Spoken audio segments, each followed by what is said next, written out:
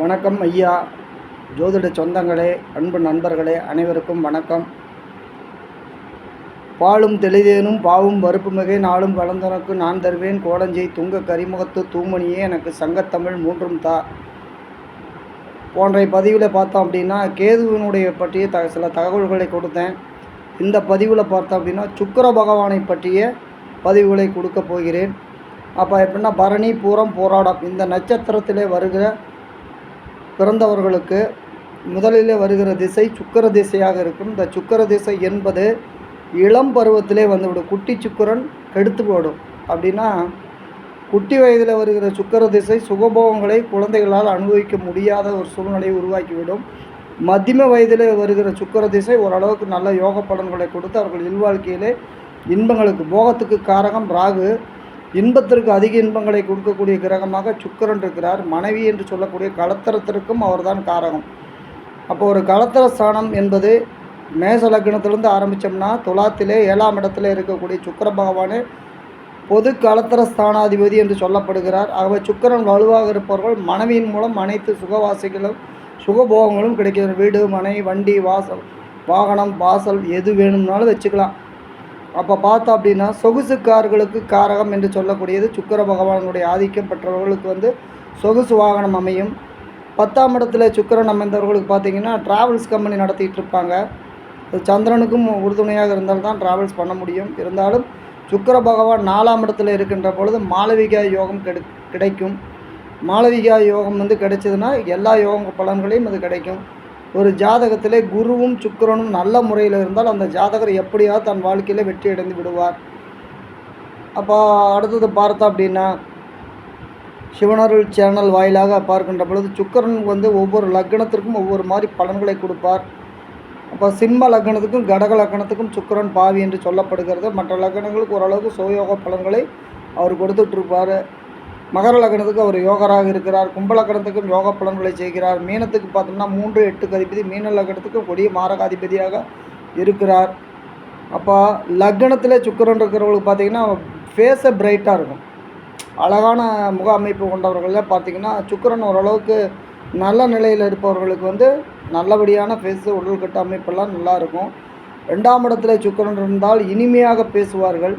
3ஆம் இடத்தில் இருக்கிற சுக்கிர பகவான் கம்யூனிகேஷன் சம்மந்தப்பட்டது கலை, ஆடல், பாடல் நிகழ்ச்சி, கேளிக்கை, சினிமா, சங்கீதம், நாட்டியம் இதற்கெல்லாம் சுக்கிர பகவானுடைய தயவு தேவை. அப்போ கலைத்துறையில் ஒருவர் நன்றாக பிரகாசிக்க வேண்டும் என்று சொன்னால் சுக்கிர பகவான் நன்றாக இருக்க வேண்டும். 4ஆம் இடத்தில் இருக்கின்ற பொழுது சுக்கிர பகவான் வீடு, வண்டி, வாகனம் வசதிகளை கொடுப்பார். கல்வியிலே சிறு தடைகளை ஏற்படுத்துவார். 5ஆம் பாவத்தில் சுக்கிர பகவான் இருப்பவருடைய ஜாதகத்தை எல்லாம் பார்த்தீங்க அப்படின்னா பெண் குழந்தைகள் அதிகமாக பிறக்கக்கூடிய வாய்ப்புகள் இருக்கும். பெண்கள் மூலம் அனுகூலம் கிடைக்கும். காதல் கைகூடும். கற்பனை திறன் அதிகமாக இருக்கும். 6ஆம் இடத்துல சுக்கிரன் இருந்தால் பெண்களால் தான் பிரச்சனைகள் வரும். 6ஆம் இடத்து சுக்கிரன்களில் இருப்பவர்கள் எல்லாம் பார்த்தீங்க அப்படின்னா பெண்கள் விஷயத்திலே சிறிது கவனமாக இருக்க வேண்டும். 7ஆம் இடத்துல சுக்கிரன் இருப்பது களத்திர பாவ நாஸ்தி என்ற விதிகள் படி சில பாவங்களை கெடுத்து சில யோகங்களை அது கொடுத்துடும். அப்போ பார்த்தோம்னா 8ஆம் பாவத்தில் சுக்கிரன் இருக்கணும்னா பெண் சம்பந்தப்பட்ட வியாதிகள், பாலின உறுப்புகளில் பாதிப்புகள் ஏற்படுத்தல், சிறுநீரக கோளாறு இவங்களை கொடுத்துவிடும். 9ஆம் இடத்துல பாகிஸ்தானத்தில் சுக்கிர பகவான் இருப்பவர்கள் பெண் தெய்வங்களை வழிபாடு பண்ணினாங்க அப்படின்னா அதிர்ஷ்டங்கள் தன்னை போல தேடி வரும். 10ல் சுக்கிரன் இருந்தால் ட்ராவல்ஸ் நடத்தலாம். வண்டி வாகனம், ஜவுளி கடை, ஃபேன்சி ஸ்டோர், நகை கடை இதெல்லாம் ஓரளவுக்கு அவர்களுக்கு கொடுக்கும். அன்றாடம் செய்யக்கூடிய தொழில்களே தனம் வரக்கூடிய அனைத்து தொழில்களுமே சுக்கிரனுடைய காரகத்துக்கு உட்பட்டது. அப்போ 11ஆம் இடம் லாபஸ்தானம், மூத்த சகோதரர்களால் ஆதரவு, அப்போ மனைவி மாமனார் வகை சொந்தங்கள் மூலமாக கிடைக்கக்கூடிய பண வருமானம் இதெல்லாம் தடையில்லாமல் கொடுக்கும். 12ஆம் இடத்துல சுக்கிரன் சயன போக ஸ்தானத்தில் சுக்கிர பகவான் இருக்கின்ற பொழுது அனைத்து போகங்களும் அவர்களுக்கு கிடைக்கப்படும். ஒரு ஜாதகத்திலே 3, 6, 8, 12ஆம் இடத்துல சுக்கிரன் மறைந்திருந்தால் மறைவு ஸ்தானம் என்று சொல்லக்கூடியது 6, 8 மட்டும்தான் மறைவு ஸ்தானமாக எடுத்துக்கொள்ளுகிறோம். 12ஆம் இடம் சுக்கிரனுக்கு மறைவு ஸ்தானம் இல்லை. ஆகவே இந்த மறைவு ஸ்தானத்தில் சுக்கிர பகவான் இருப்பவர்கள் சுக்கிரன் நீச்சம் கண்ணியில் நீச்சமடைந்து இருப்பவர்களுக்கெல்லாம் பார்த்திங்கன்னா பெண்கள் வழி அனுகூலங்கள் மிகவும் குறைவாக இருக்கும். மனைவி அமையாதுன்னு அர்த்தம் அல்ல, பெண்கள் வழி அனுகூலங்கள் குறைவாக இருக்கும். இவர்களுக்கெல்லாம் எப்பேற்பட்ட ரெமெடிகளை கொடுக்க போகிறோம் என்பதை நீ அடுத்து வருகிற நம்முடைய யூடியூப்பில் சொல்லலாம்.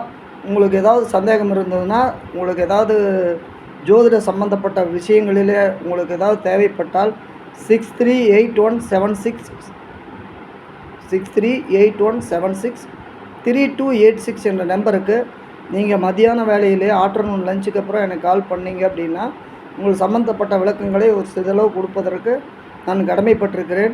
ஜாதகம் பார்த்தால்தான் கட்டணம் வாங்கப்படும். கன்சல்டேஷன் ஃபீஸ் என்று சொல்லக்கூடியது ரூபாய் 500 கட்டணங்கள் விதிக்கப்பட்டிருக்கிறது. முடிந்தவர்கள் தொடர்பு கொள்ளுங்கள். இதுவரைக்கும் எனக்கு ஆதரவளித்த அனைத்து உள்ளங்களுக்கும் நன்றி கூறி வணக்கம். விடைபெறுகிறேன்.